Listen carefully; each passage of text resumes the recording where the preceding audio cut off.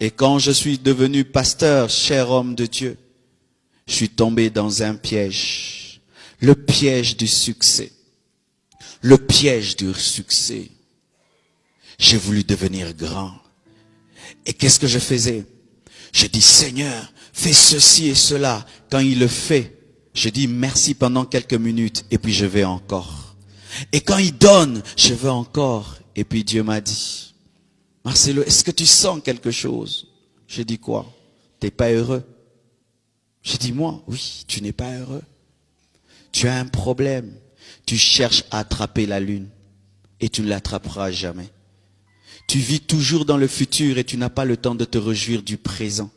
Et à chaque fois que je fais quelque chose dans ta vie, tu es toujours dans des conquêtes. Alors que des fois dans la vie, il ne faut pas chercher plus. Il faut dire merci pour ce que tu as maintenant. Remercie-moi pour la taille de ton église. Remercie-moi pour la manière dont je t'utilise. Même si je ne fais pas tout ce que tu veux, dis-moi merci pour ça d'abord. Et j'ai dit non, mais la foi, il dit moi, lorsque j'ai créé rien que la lumière, j'ai dit c'était bon. Lorsque j'ai créé les plantes, j'ai dit c'était bon. Lorsque j'ai créé le poisson, j'ai dit c'était bon. Je n'ai pas dit c'était bon lorsque j'ai créé l'homme et la femme. Mais rien que créer la lumière, j'ai apprécié ce que j'ai fait. Mais toi, tu attends devenir parfaitement ce que j'ai dit pour te réjouir. C'est pourquoi tu ne seras jamais heureux. Et certes, au milieu de vous, c'est ce que vous faites. Vous n'êtes jamais heureux parce que vous dites, je le serai. Et vous ne le serez jamais. Seigneur, donne-moi cette fleur.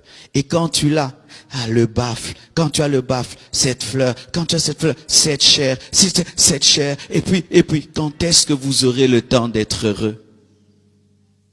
Quand est-ce que vous aurez le temps d'être heureux? Si toute votre vie, vous pensez que vous serez heureux à la prochaine acquisition, quand j'aurai, quand je ferai, quand j'aurai, tu poursuis quoi? Le vent. Attrapez le vent un peu. Essayez d'attraper le vent. Essayez de le faire. Des fois, le bonheur est tellement proche de toi que tu ne sais pas le saisir. Tu le cherches toujours demain et demain. Alors que des fois seulement tu dois apprécier la présence de Dieu dans ta vie. Apprécier tes enfants, apprécier ta femme, apprécier ton mari. Même si tout n'est pas parfait, merci Seigneur pour ce que tu as fait. Et ce jour-là, j'ai cessé de courir derrière l'arc-en-ciel. J'ai appris à être content de ce que Dieu me donne aujourd'hui. Et demain, j'aurai, s'il le veut, mais je suis déjà heureux. C'est pourquoi l'Ecclésiaste dit, vaut mieux une main pleine dans le repos que deux mains pleines avec beaucoup de stress. Beaucoup de stress. Vaut mieux peu dans la joie que beaucoup sans joie. Bien-aimés frères, sœurs, j'ai remarqué que des fois, vous entendez un milliardaire qui se suicide. Tu as envie même de le ressusciter pour lui dire, vraiment explique-moi, comment toi, avec ces milliards, que moi je demande à Dieu des années, tu peux te suicider? Comment une femme comme Dalida, une grande musicienne française, s'est suicidée?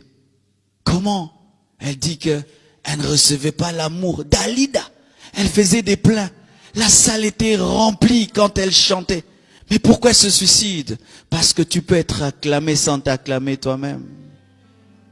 Tu peux être célébré sans te célébrer toi-même. Et une seule personne peut te révéler ta vraie valeur, c'est Jésus. Car c'est lui, l'architecte de ta vie.